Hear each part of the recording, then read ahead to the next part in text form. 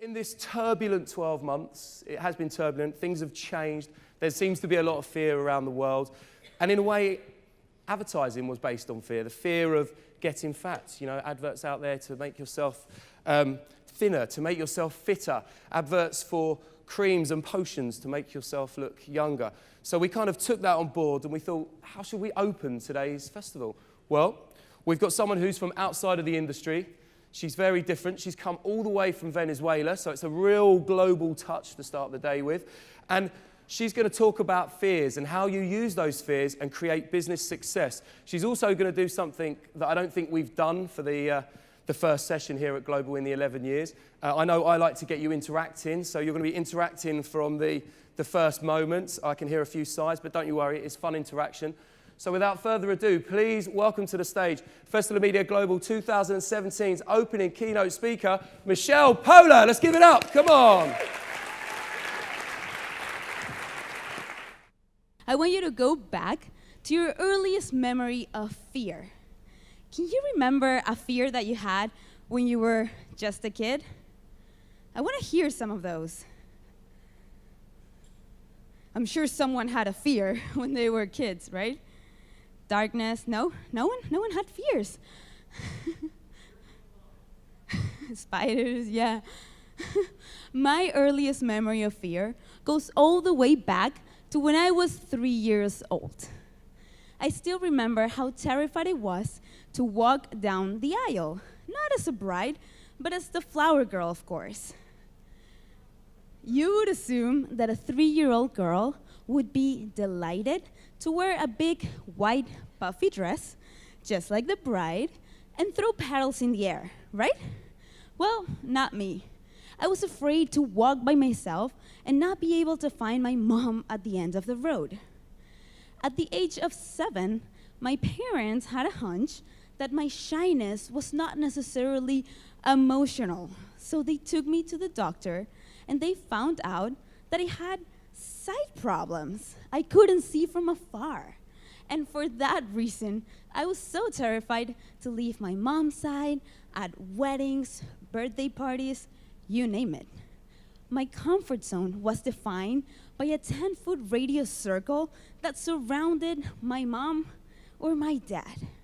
And well, after that visit to the doctor, I had a new fear. This time was related to self-image.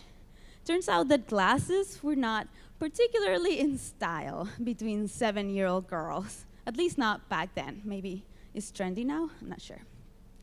So going back to comfort zones, we all have one and we know it pretty well because we live there most of the times. So we know exactly where it starts and where it ends, and they are unique to each individual as their personalities or bodies are. And what I mean is that things that are uncomfortable to me may be things that you can easily do, like eating an oyster. Ugh. Ew. Getting a Brazilian wax. Ouch. So painful. Or doing slow rafting. So bad at that. But good news is that comfort zones can change from one day to the other. They can expand as we face our fears or contract as we limit ourselves. By age 26, I had such a reduced comfort zone that if I kept going in that direction, I was going to end up being afraid to leave my apartment by age 60. So 2 years ago, I decided to challenge myself and move to New York City to do a master's in branding at the School of Visual Arts. New York has always been my dream, but because of my great amount of fears, I was not really allowing myself to enjoy the city the way you're supposed to. I was defining fear as an obstacle that I had to avoid at all costs. So by staying in my comfort zone, I started to miss out on once-in-a-lifetime experiences, opportunities, friendship, life. I was basically missing out on New York. And I quickly realized that New York City is not for the fearful. As I was doing my master's in branding, we all received a one-of-a-kind assignment. We were all commissioned to start a 100-day project of our choice. You had to choose one thing to do repeatedly for 100 days in a row. So to give you a couple of examples, my friend Maddie decided to break up with makeup. So imagine this. She used to wear heavy makeup every single day of her life. And I'm not exaggerating. The day that she took this picture, she was going to the gym. Seriously.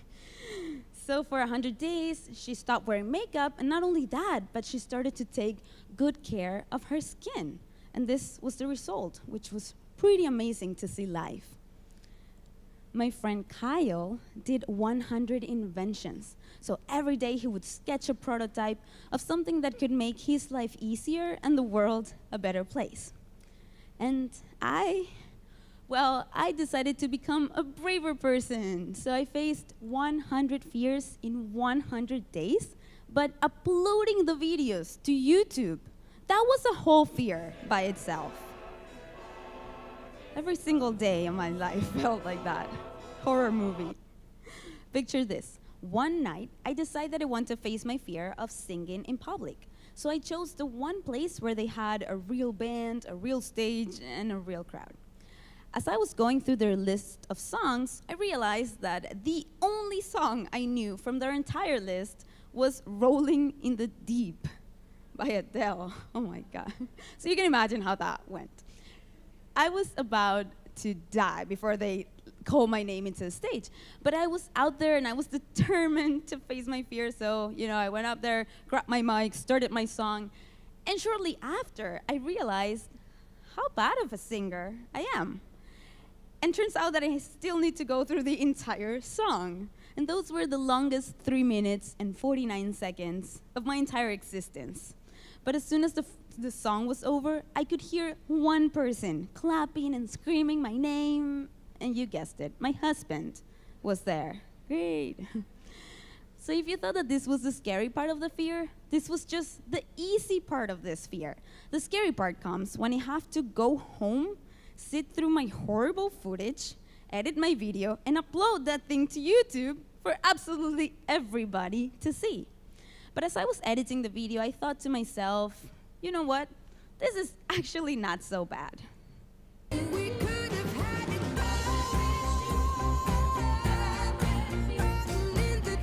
Amazing, right? So I showed this to my husband, and he tells me, Michelle, sweetie, this doesn't count as a fear. You're replacing your voice with Adele's. And I figured that if he noticed, maybe other people were going to notice. He's not such a big Adele's fan. So I had to go back, re-edit my video, and this is what I actually uploaded to YouTube.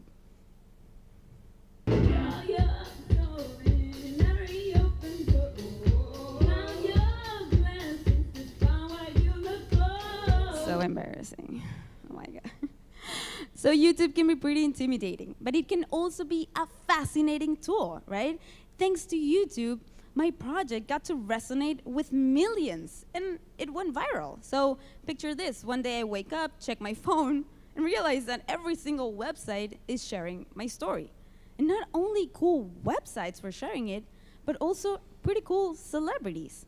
Ashton Kutcher, Sofia Vergara, Zooey Deschanel, and for some reason, even the rapper Lil Wayne thought it was inspiring. Who knows? But this was not the most exciting part of this. Suddenly, I started to receive messages from people in India, Australia, all over Latin America, all over Europe, in the US, Middle East. Countries I've never even heard in my life were sharing my project and saying that thanks to my experience, they feel ready to go and conquer some fears of their own. And these were people that understood that there is no such thing as being fearless, but appreciated bravery in every way. And I did get some criticism as well, but believe it or not, the mean comments were the most helpful ones. Because instead of ignoring them, everybody was suggesting not to read those comments. But instead of that, I actually read them out loud, did an entire video of me reading negative comments, And then instead of feeling hurt, like I thought I was going to feel, I started to feel encouraged to prove the haters wrong and face my biggest fears, which, by the way, were the ones that I enjoyed conquering the most. The time when I did crowdsurfing, I was about to pass out before the band invited me to the stage. But then, it went so fast, I didn't want this to end. For the first time in my life, I was 100% happy to let go and not be in complete control of the situation. It was one of the best days of my life. The time when I decided to pose nude in front of a drawing class, I had a transitional sort of experience. In a matter of minutes, I went from feeling judged and self-aware to understanding that maybe the things that I consider my imperfections are the ones that are inspiring the artist the most. I had an out-of-body experience that made me realize how self-centered we sometimes are and how hard we are on ourselves. If only we could stop comparing ourselves to others and allow ourselves to be defined not by the things that make us normal, but by the ones that make us stand out. And in the challenge where I decided to approach homeless people in the street of New York to ask them, what can I do for them instead of giving them cash, something remarkable happened. The first person that I approached, this gentleman over here, asked me if I could help a woman sitting across the street instead. He was concerned because she looked hungry. And I was surprised beyond belief. I was even ashamed to think that I was scared to do this challenge in the first place. So I approached the woman, asked her, what can I do for her? And she asked me to buy her food for her starving cats. And in that moment, I realized that they may have no material goods, but kindness is something that you can't buy. And for my final fear, I was approached by a big brand that wanted to sponsor my 100th fear. I was excited and on board at first until I realized they wanted to have me rappel down from Rockefeller Center in New York. Don't get me wrong, I would have loved the press that this stunt would bring and the prestige to have the opportunity to work with a renowned brand. But something deep down didn't feel right. I wanted this last challenge to go beyond a physical fear and have a more meaningful impact. So after much consideration, I decided to decline the brand's offer, and instead, I gave a TEDx talk, sharing my story with the world and inspiring thousands to go after their fears. And this decision not only marked the beginning of my speaking career, but it showed me the importance of going after the things that feel right in our hearts, not being carried away, but what may seem more glamorous. So at the beginning of the project, I kept asking myself the same question that we all ask ourselves before facing a fear. What's the worst that could happen, right? I was hoping that the answer to this question was going to give me the courage that I needed in order to face my fears, but it rarely did.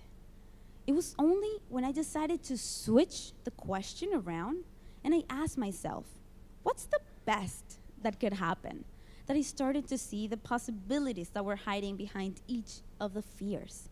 This question allowed me to think beyond the risks and focus on the rewards, which is what encouraged me to take action. And by doing so, I expanded my comfort zone to new frontiers. Things that I wouldn't dare to try a year ago became my favorite food. My fear of doing public speaking became my career, and saying yes to new experiences and to new opportunities became my favorite new answer. So, facing your fears and living a life outside of the comfort zone will not only open a world of opportunities, but it will help you to tap into your full potential. Like Abraham Maslow once said, you will either step forward into growth or you will step back into safety. And this is the psychologist that came up with a famous hierarchy of needs, right? So I started to take a closer look at Maslow's theory when I realized the amount of things that we stop doing, that we stop doing just to fulfill these needs. How many times did I stop myself from suggesting an idea at a meeting because of the fear of being criticized, or worse yet, ignored? Or the times I did not stand up for my beliefs just to fit in with a crowd. So at this point, I realized that our needs not only motivate us, like Dr. Maslow suggested, but they also limit us. So I decided to study the theory of needs, not in relation to motivation, but in relation to fear. And the first thing I did was to divide fear into 3 categories: universal, cultural, and personal fears. Turns out we're all born with a set of universal fear. Doesn't matter where you're from or how old you are, you're probably afraid of either spiders, heights, scariest moment of my life, or needles. And please raise your hand if you are at least afraid of one of these. It's okay, I'm afraid of all of them. Good. So little by little, we develop a series of cultural fears that revolve around our need for love and belonging. These set of fears are screwing us up big time.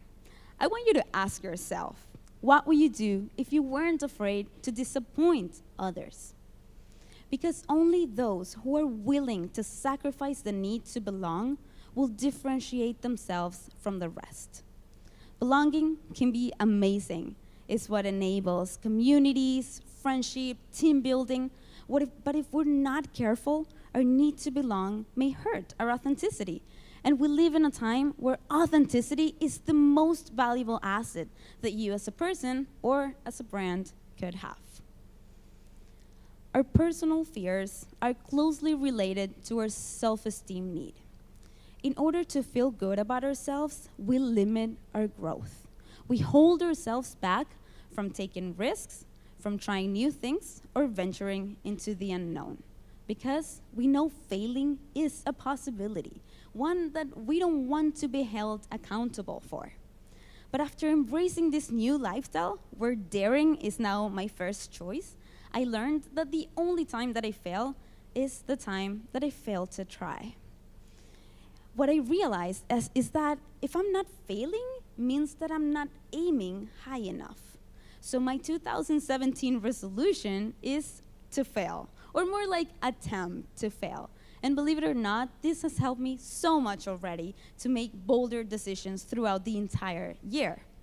Plus, did you know that 85% of the times, things don't go as bad as we imagine?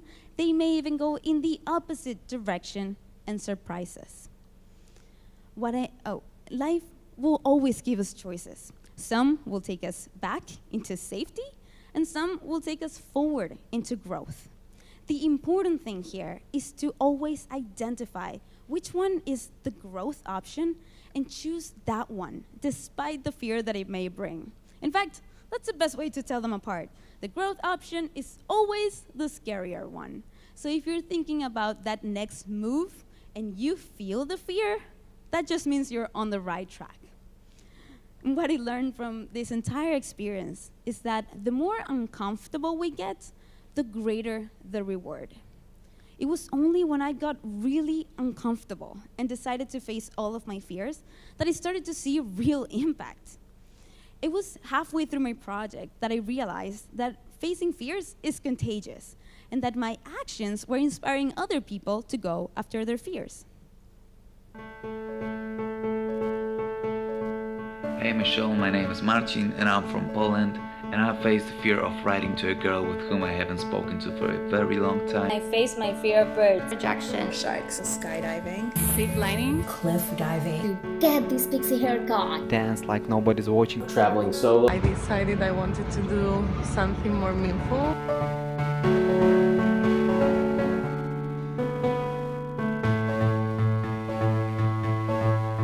I felt accomplished and limitless. It felt terrific. awesome, beyond amazing. I feel so good now. I'm so grateful. Learn to love myself as I am. Now it's time for my big fears. So what started as a personal development project turned into my purpose, a social mission to encourage people all over the world to say hello to their fears.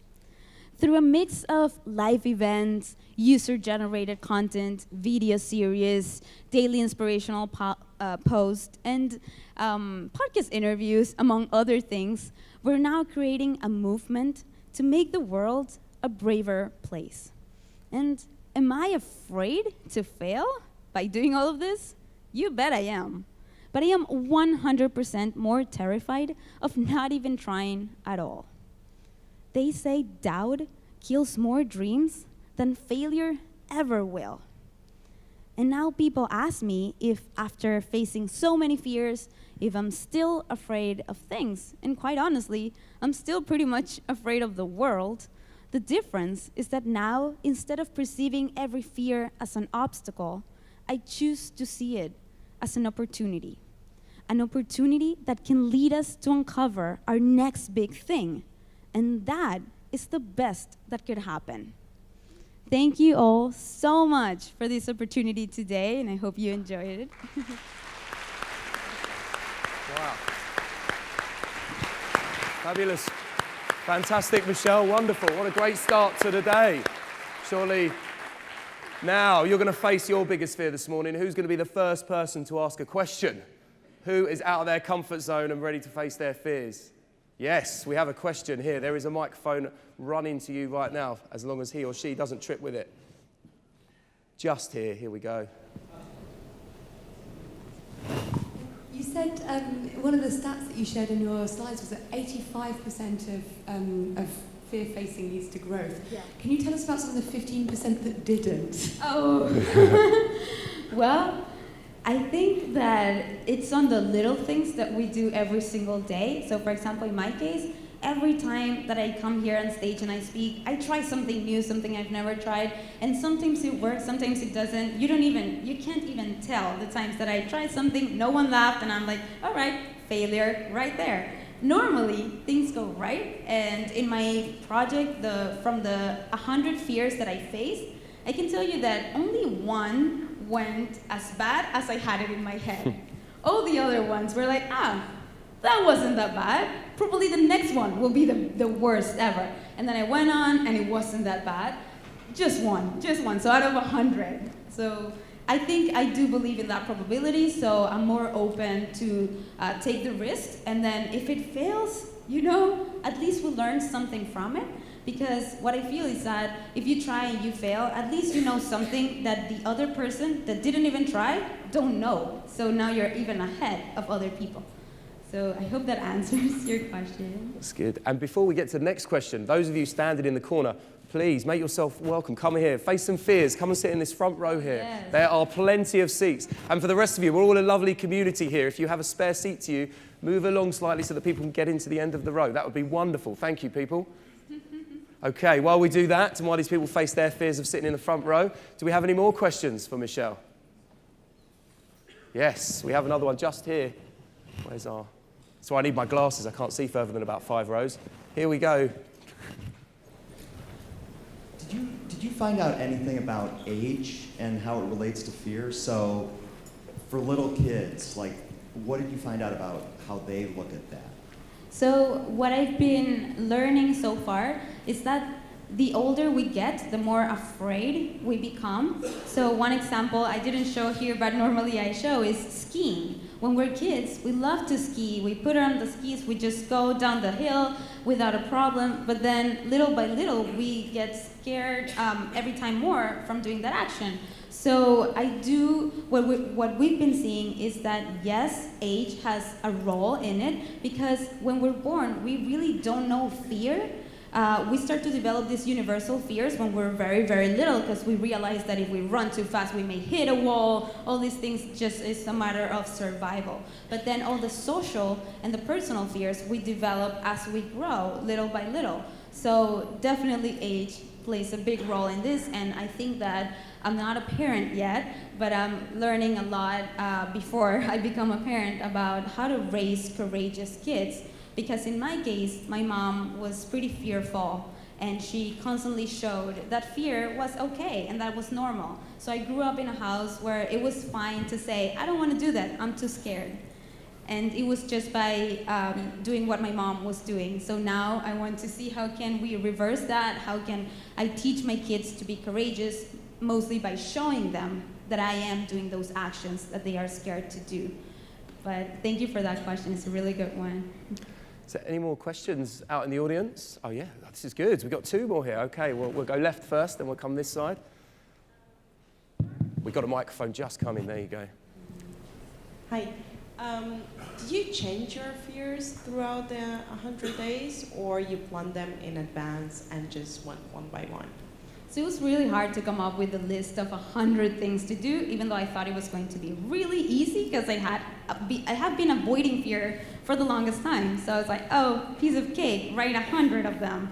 I wrote 20, and I couldn't keep going.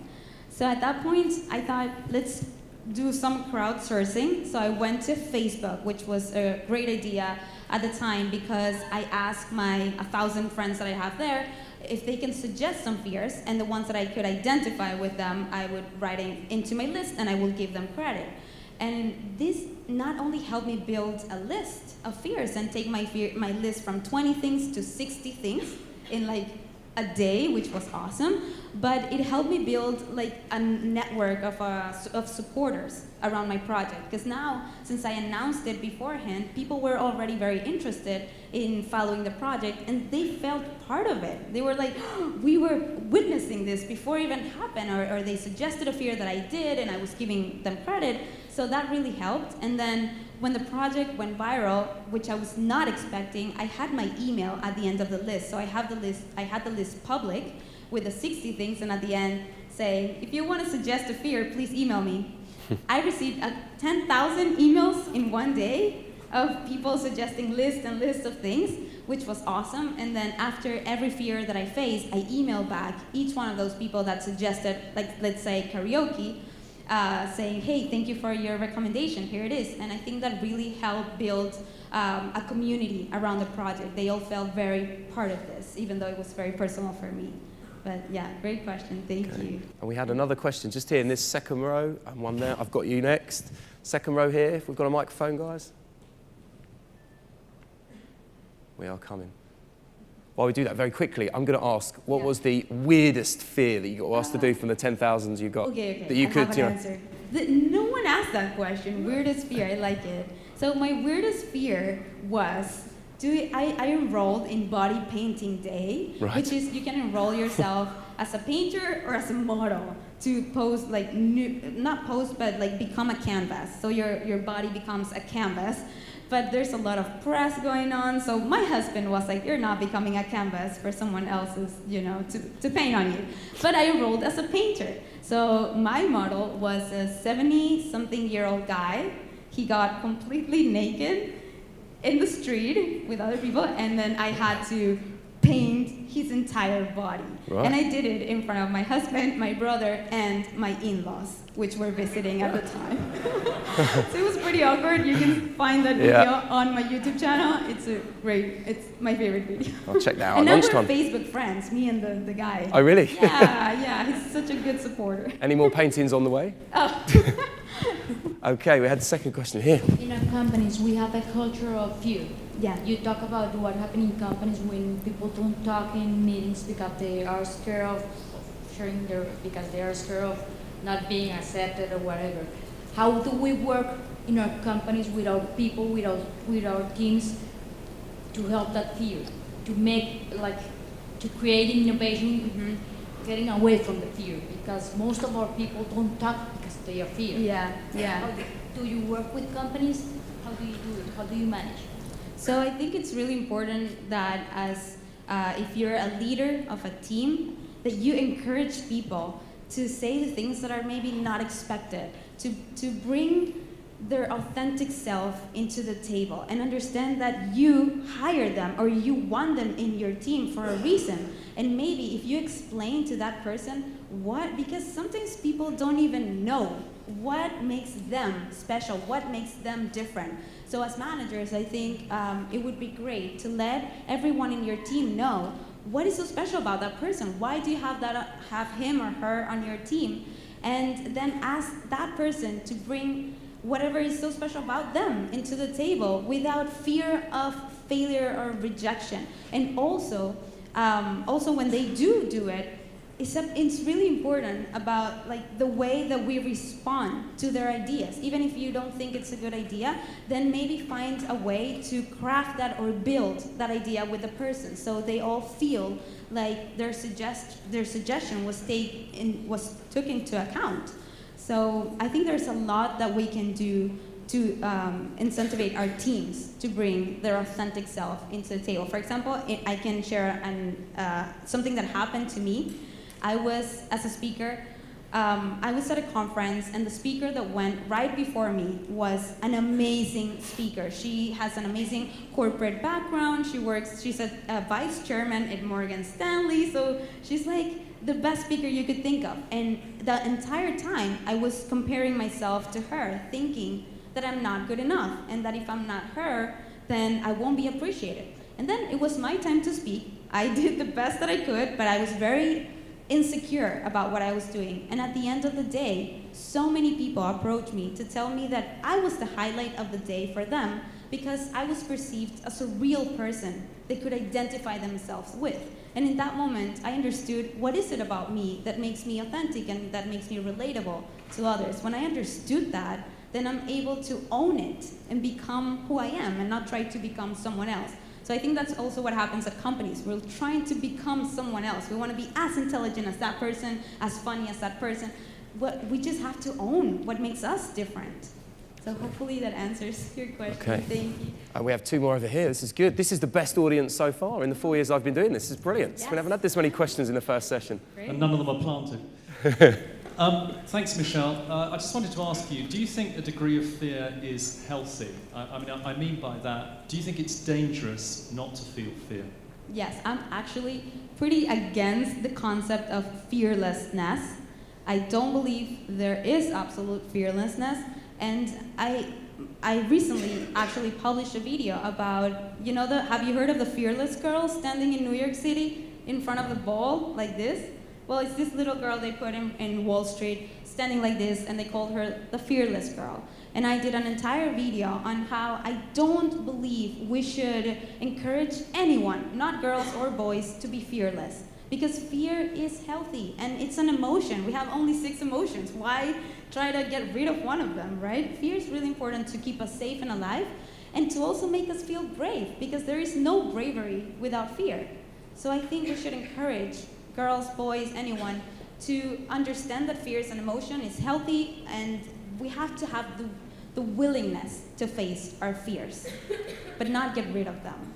So. Okay. And there's a question there, gentleman, 2 rows behind Mike. Yeah. Hi. Well, fear is always obviously a very good business as well. Which are the industry that you think are doing their best or are making a better job in selling fear? I don't know, insurance, guns, politics as well. What do you think did a better job in selling fear to the world? Wow, selling fear to the world. I've never thought about that. So out of the companies that I've been speaking to, and I've been seeing how they perceive fear in different ways. So for example, I spoke at Google and a couple of times, and they have this culture to motivate people to fail fast. So I don't think they are putting fear in people so much as, for example, I went to speak at Bayer, a pharmaceutical company, right. And wow, like it was very different. Like the questions I got asked there, and the feeling overall was more around fear. Also, I spoke at a energy company, and I could feel the fear. And if it starts within the employees, and if it starts in the corporation, probably that's what they are putting out there also into the world and to their customers. So those are 2 industries where I perceive fear the most and think Maybe they have a lot to learn also from technology companies, which are not about putting fear into people, but putting growth and drive into them. So I'm sure this was not the answer you were expecting, and I would definitely look into that because it's a really interesting topic. So thanks. We would definitely love to know where media sits in that ranking of fear. That would be great. Yeah, I don't think we've got Bayer in the audience, but we definitely have GSK, so we have someone from pharmaceuticals. We can chase them down later and find out where they are. I want to talk to you. Okay, well, thank you very much, Michelle. That was fantastic. A big round of applause for Michelle. Thank you.